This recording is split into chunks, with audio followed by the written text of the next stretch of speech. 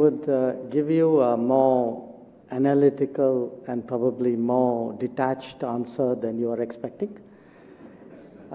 So look, when we are looking at India at 75, it's not just India at 75, we are also looking at another 25 years ahead. You know, what have we done? Where have we fallen short? What do we want to do? Because those are often the conversations we have when we go out.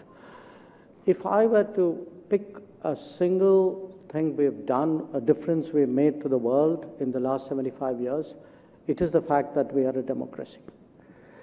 If today there's a sense in the world that, you know, for all the ups and downs of history, what's happening in different geographies, but somehow in all of us there is that gut sense that democracy is in some form the future. A large part of it is due to the choices that India made and choices that India stuck with in very difficult situations.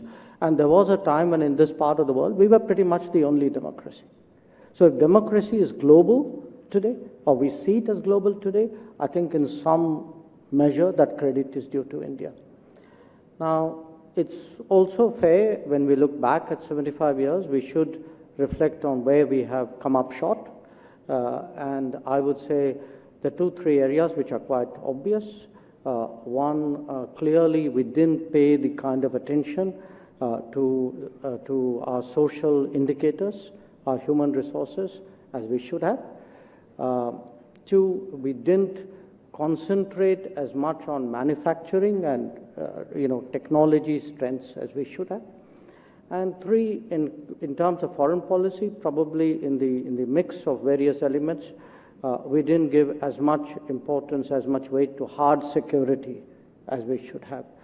And I say this because, this is not a polemical criticism of the past. Other countries who were in similar situations did exactly this, and which is one of the reasons why some of them are today ahead.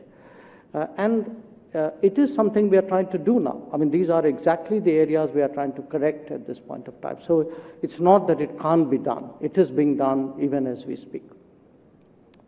So what is it I think we should be doing in the future?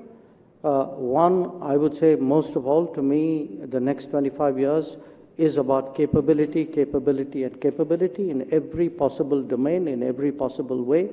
We should be completely fixated on outcomes. We should be utterly practical about how we leverage the international environment. So a lot of the conversations which we have when we go abroad is about capability building.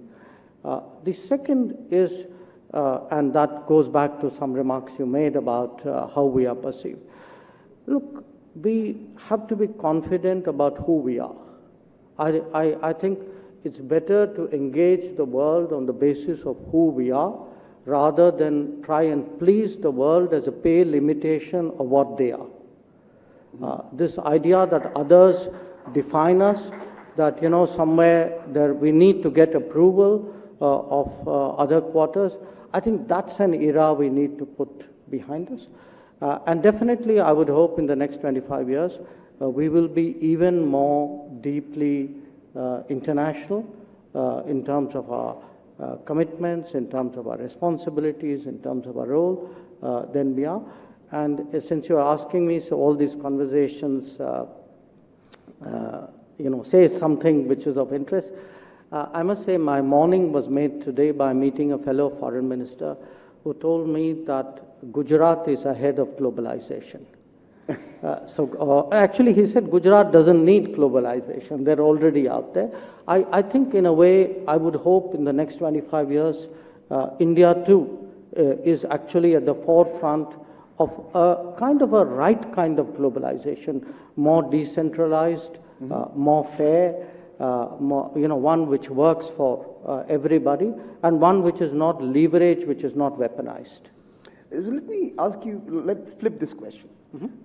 What do we expect from the world? We have some key partners, we are diving into certain key relationships, whether it's the EU, whether it's the US, whether it's our big investments into, or political and economic investments into Africa. What are we seeking from the world as we move to the capacity stage of our next 25 years? Well, I think I would look at it. I think I'll tell you what we should not be doing. We shouldn't be looking at the world with a sense of entitlement. You know, we need to earn our place in the world, and which to a certain extent would therefore come to the issue of how does the world benefit by the growth of India. We need to demonstrate that.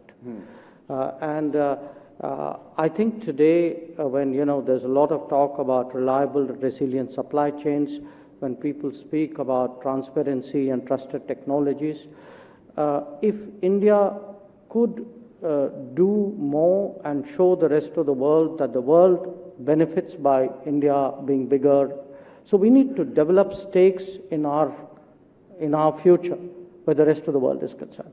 I think some of that is happening. Some of that is happening for strategic reasons, obviously, but we need to make more of it happen, especially for economic reasons. It's, on the Security Council, we have our plan. The problem is we need to have other people to have a plan which is similar to our plan. Correct. On the wheat, I answered it yesterday, which was, we have a significant wheat production. We would obviously like to go into the global markets and try to compensate for the shortfalls as much as we can. In fact, in respect of Egypt, because that's where the question came from, it's one of the countries with whom we are talking. There were two Ukraine issues, one relating to Shashi's article, and in fairness, I haven't read it, but she was going through it at a high speed, which was too fast for me. But Shashi also wrote it at high speed. Yes, I know. I'm not sure I would understand it very much better after reading it either. Here's the point, and it goes to the last question. We spent a lot of time yesterday on Ukraine, and I've tried to explain what our views are, but also explain that in our minds, the best way forward is to focus on stopping the fighting, getting the talking, and finding ways of moving forward. And we think our choices, our positions are best placed to advance that. The question which I had about, where are you going to go 25 years from now? I think more or less I answered that we think more international, we think stronger capability, we think more relevance to the world, and obviously to the Indo-Pacific as well. And the question which the person from Nepal asked on South Asia, that in a sense, 75 years, there's more democracy in South Asia than there was 75 years ago. Where will we be 25 years from now? I would say probably the shortest, most truthful answer to that would be we would like to see more prosperity in South Asia. That if India has been, in a sense, an example of democracy or a promoter of democracy in South Asia, we would now like to be part of a larger lifting tide so that, the rest of South Asia grows along with us. Final words from the rest of the panelists. You want to come in on anything that you heard, you have some thoughts on? It's great to see you here. Thank you for watching our work. If you haven't subscribed yet, don't forget to click the bell icon and subscribe to Mojo Story and support independent, robust journalism.